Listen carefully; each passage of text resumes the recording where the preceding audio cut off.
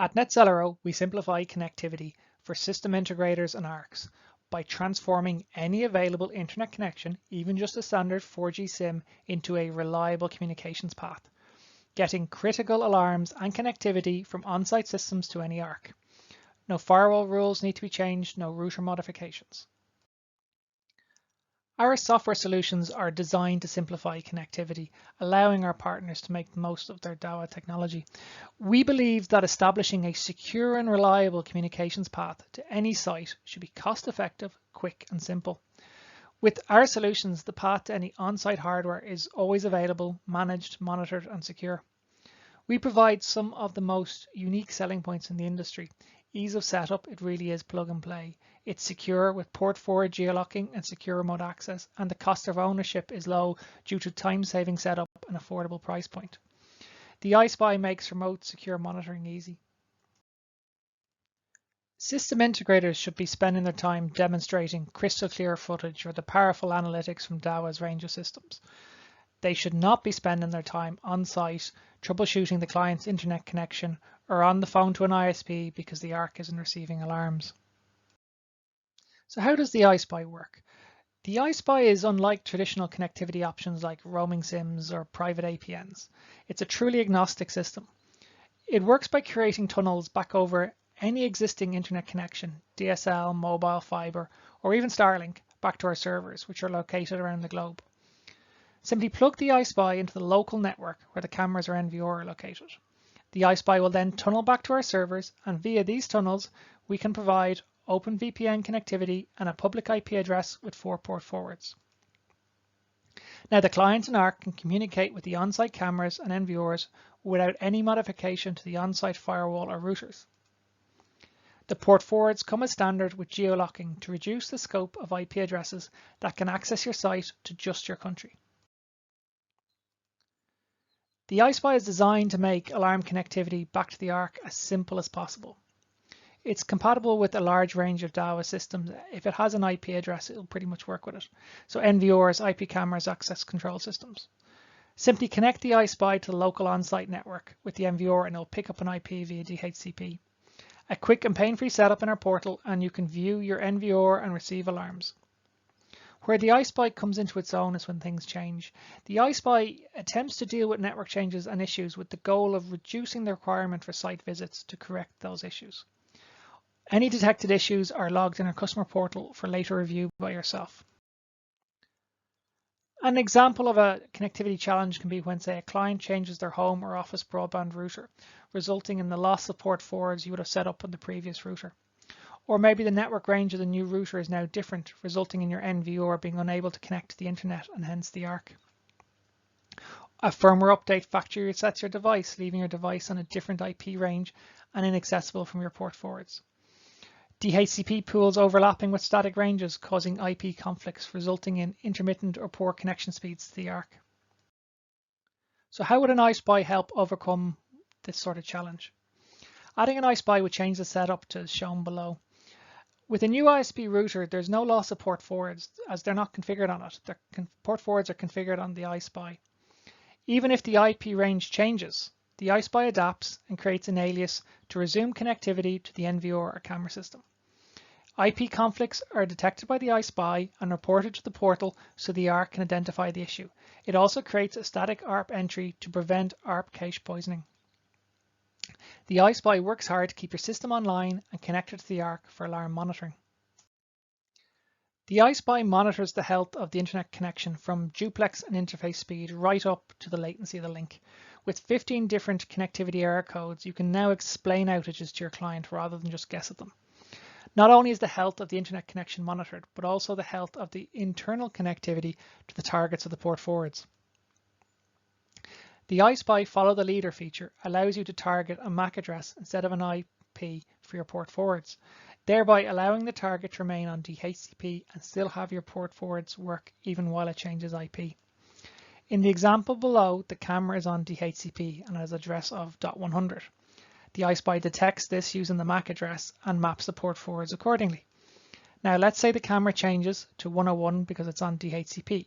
The i-spi detects the new IP address and remaps the port forwards, keeping your camera online.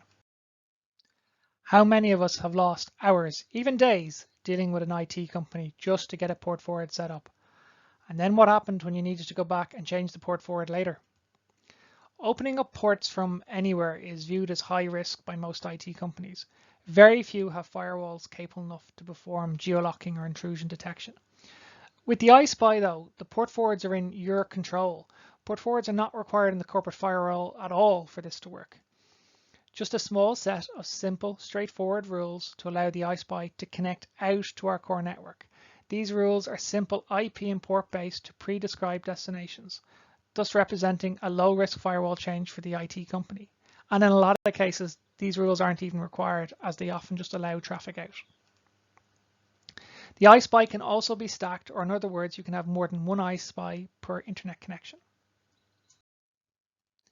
We all love the Dahua peer-to-peer app. By having the i-spi sit in parallel to the NVR rather than as the gateway, it liberates the app to do more for the client. Other vendors' existing solutions require their gateway or solution to sit directly in front of the NVR. This means that the data for the peer-to-peer app must go via that solution. These solutions tend to have data limits or speed limits. With the i-spi, the peer-to-peer connection bypasses the i-spi, thus freeing you from any data constraints and providing a second connection path to the device. The i-spi provides you with secure access to your site. It has an onboard OpenVPN server that uses certificate key pair for authentication. The encryption is end-to-end from your i-spi the whole way to your laptop, PC or smartphone. The i-spi provides the security-conscious client with secure encrypted access to their cameras. For the system integrator, this provides secure access to the whole local network, allowing you to quickly and easily access the Dahua virtual host feature, directly access camera web interfaces, manage on-site PoE smart switches, Wi-Fi bridges, or even the ISP broadband router. The i-spi can be used to connect Dahua equipment pretty much anywhere in the world. We have examples of it on critical infrastructure, retail, smart buildings. Pretty much anywhere you can get an internet connection, you can get an i-spi to connect your equipment. So you will have heard me discuss how it's really easy to set up the i-spi. So you plug the i-spi into the local network where the NVR or your camera system is located, and it comes online in our portal like this. You'll see a big green tick to show you it's online. You'll see its latency and the current upload and download speed through it. This IP address here is the public IP address you're connecting from and the country it's coming from. This is just a simple sanity check so you can make sure it's coming from the connection you expect and not a different way. So the first thing to do is to run the wizard. So we scroll down and we click on the wizard button. There are three types of connection: secure, light and hybrid mode. Secure mode is where you want to connect to a site via the OpenVPN only. Light mode is where you have your 4 port forwards on your static IP, and hybrid is a combination of the two. So for the purposes of this demo, I will run it in hybrid mode. So the main question you have to answer in this is whether you want a BiNAT setup or a direct routing. Now, we say to most users, go with the BiNAT because this works for 99% of cases. And the reason why it works and why we recommend it is that often you arrive on a site and their site's network, so it's a home network or small business office, and their network is 192.168.1.1. Now, when you're back at home or you're in somebody else's office and you need to connect over a VPN to that site to maybe fix something remotely, you could find that their office network is also on 192.168.1.1. And that is quite a common scenario. If your smartphone sees your local network on this address and then you're trying to push a VPN route for that address too, what essentially happens is your smartphone or laptop doesn't know how to get there. So your VPN, while connected, doesn't appear to work. So the way around this is to use a BiNAT. Now, BiNATs are complicated enough for normal people to set up on equipment, but the i-spi does it all for you, so you don't need to worry about it. So we recommend setting this unless support tell you to choose the direct routing route. And why you pick this is explained in the next step. So we pick this. So what it does is basically, let's say you have a home network and the NVR is on 1.10. Now, if you're on the other network, say another business's network or your home network, and you want to connect to the VPN, once the VPN's connected, instead of putting into your browser, say 192.168.1.10, you put in 196.10. If you want to connect to 1.100, you'd put in 196.100. And the whole way through, you can continue through the whole subnet. And the idea is that even though you're not changing the local network on the customer site on either end. They're still all on 1.x. When you put into your browser 196, the i-spi will handle all the NATing. And that means then that even though you have two networks that overlap in two different locations, your VPN still works. And that's why we recommend this approach. So just confirm it by pressing confirm. And now we're on to the port forward section. So for the port forwards, you can basically scan the local network. So I'll start this going because it takes a minute or two. Okay, so the results have come back and it's basically scanned the network. You can see here it's detected on this IP address a Dahua device. So you can put in either the MAC address of the Dahua device if it's on DHCP and it will track it, or you can put in the IP address. The green ticks here basically tell you that these devices have web interfaces running on port 80, or if it was running on HTTPS, it would have a tick here and here. So we know this device has a web interface running on port 80, so we could either put in the MAC or the IP address. So let's just put in the IP address and port 80. Now you can add more port forwards if you want, but for the purposes of this, we'll just go with one and we click save. Now at this step here, it's basically asking you if you want to restrict remote access. Now by default, you're geo-locked, so only IP addresses in your country can connect. So in this case, this device is running in Ireland, so only devices within the Republic of Ireland can connect to this device. If it was in Germany, only devices in Germany, etc. But you can lock it down further than that by adding in an IP address or ranges, and you can add multiple ranges and multiple addresses if needs be. The idea is that you can restrict to the ARC, or you can restrict to an office, something like that, if you just want your port forwards just used for that. If you want to keep it to just geo-locking, just leave it blank and click save. Do you want an email alert if the device goes offline? For the purpose of this, I click no alerts. Now, this is about the i-spi. Do you want the i-spi on a static IP or dynamic IP locally? 9 times out of 10, you just want to leave the i-spi on DHCP. This is not about your NVR, this is about the i-spi. So we're going to leave it on DHCP. And we click next step. Are we using a remote monitoring company?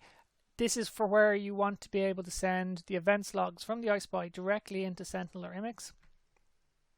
This is mainly used by monitoring companies who are providing the i-spi themselves directly to the customer, so that they can basically catalog all the events for a site in one location, either IMIX or Sentinel. In this case, we're not, so we'll skip through. Now, basically, we've completed the wizard and we just want to push to the device to configure it.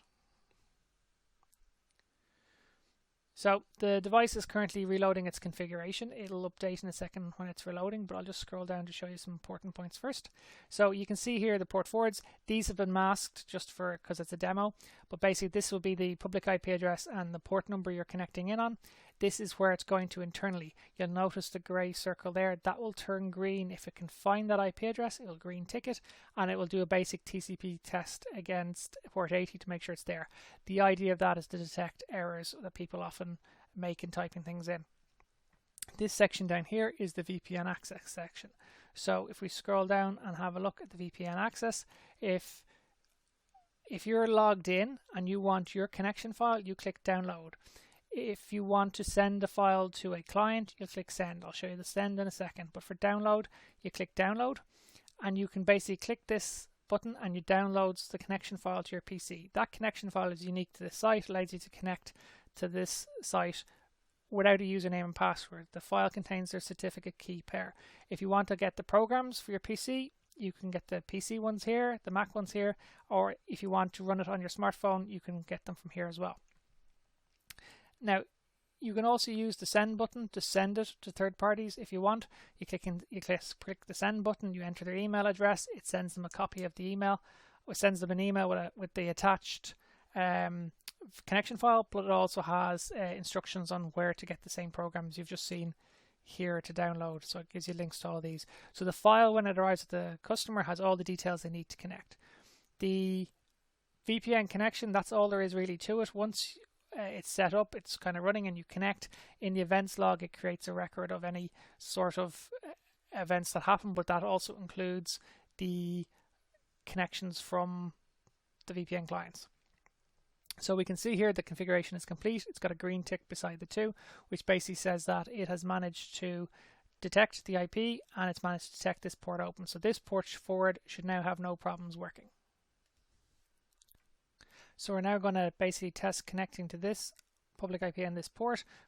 Even though this is in as A, B, C, and D, in the real world on a real i-spi, you would have a full IP and a port for it. So we have it set up to test. So I'm just going to show you what will happen. This should now load for me a Dahua camera interface. So there's our IP and port. And there's our Dahua login page. So it's that simple to set up. It's very straightforward. So below is a small sample of companies currently deploying Dahua and i-spi equipment on projects around the globe. So in summary, for system integrators, you can get connectivity to the Arc fast. You have the powerful remote access that allows you to fix issues remotely. You can transform any available internet connection into a reliable path back to the Arc. You're still free to use the peer-to-peer app as you want. And most importantly, the port forwards are in your control, not somebody else's.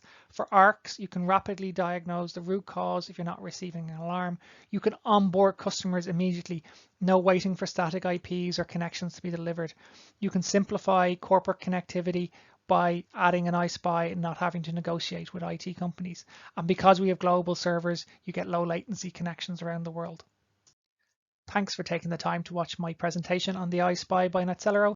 If you have any questions, queries, or simply would like to know more, please feel free to reach out to me on the details on screen, and I'll be more than happy to help. Thank you.